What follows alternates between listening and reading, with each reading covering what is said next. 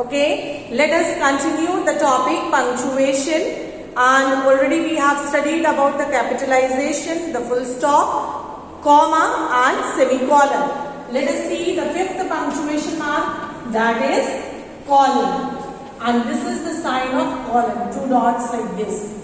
This sign is called colon. Clear?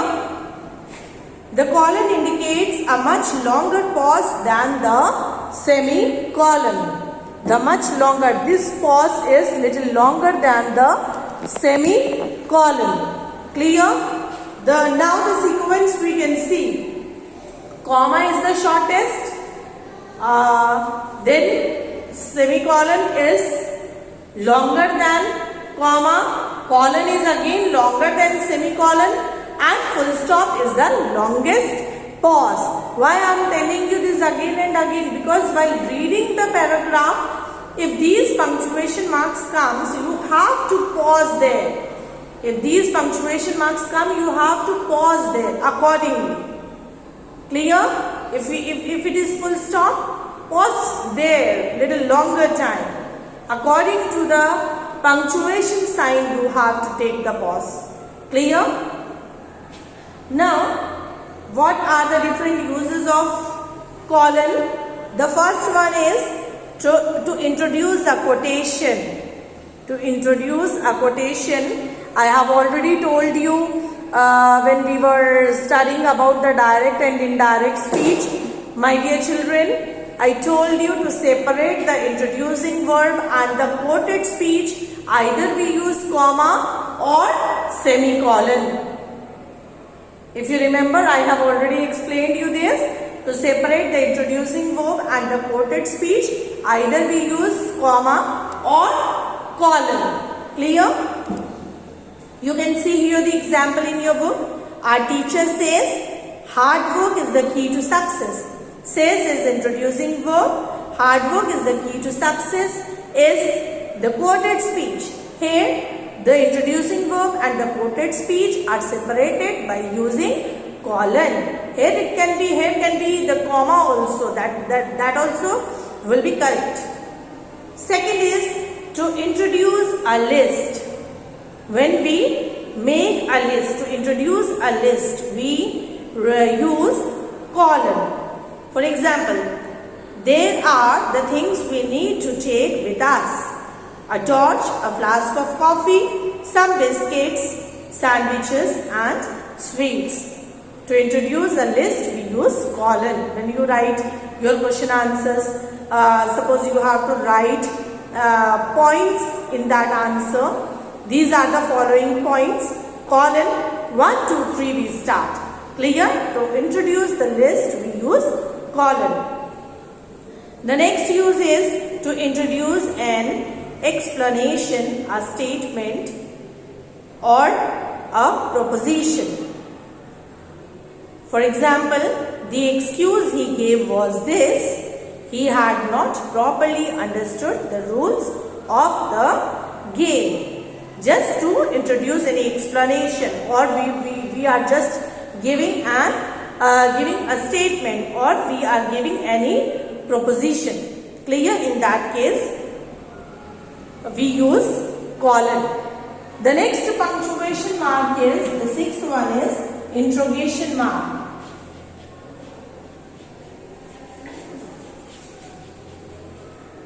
Interrogation mark, and this is the sign of interrogation mark. Clear? This is the sign of interrogation mark. This mark is also known as question mark. Clear? We also call it a question mark. The interrogation mark is used after a question. Whenever we write any question, at the end of the question we put the sign of interrogation mark or the sign of question mark. Clear? For example, have you completed your assignment? Have you completed your assignment? It's a question, and at the end you can see the punctuation mark. Which punctuation mark is here? That is the question mark. The interrogation mark is not used after an indirect question. If you remember the direct and indirect speech chapter, It is also not used after a polite request or submission. When I explained to you changing interrogative sentence into indirect, I told you your interrogative sentence will be converted into an assertive sentence and there will not be a question mark because it has become the indirect question. It is not the direct question anymore. It is the indirect question. So we avoid using question mark in that case. Clear? For example, he inquired whether I had answered all the questions. He inquired whether I had answered all the questions. The direct speech is converted into indirect. That question is changed into assertive sentence. So we do not write any question mark here, but instead that we put full stop. The next sign is the seventh one. Exclamation mark. Exclamation mark. And this is the sign of exclamation mark. The exclamation mark is not used very frequently. It is used only after real exclamations. If there is exclamatory sentence, at the end of the exclamatory sentence we put this sign, or after the interjections. After the interjections also we put this sign of exclamation. See here the examples. Oh dear, alas, hello, what a terrific idea. Clear? All these are the interjections or the exclamatory sentence. At the end of these we put the sign of exclamation mark. The next is inverted commas. The next punctuation mark is inverted commas. And the sign of inverted commas, it can be either single or the double inverted comma, which I have already introduced you in the direct and indirect speech. Inverted commas and the quotation mark are used to suggest direct speech. When we write in the direct speech, the quoted words, the quoted speech is always written within the inverted comma. That is to enclose the actual words of speaker or a quotation. You can either use single or double quotation mark. This inverted comma is also known as quotation mark. Clear?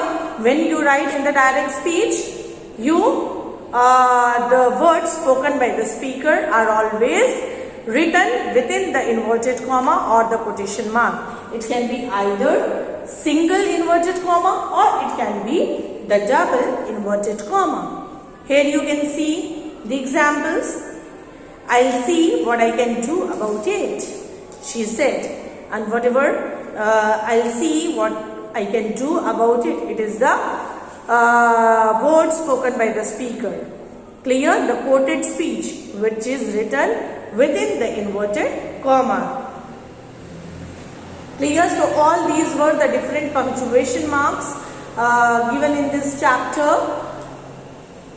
The capitalization, full stop, comma, semicolon, colon, and then sign of interrogation mark, which is also known as the question mark, exclamation mark, and the last one, inverted commas. I hope this much is clear to everyone. Go through your chapter once again and read the examples so that you can understand it in a better way.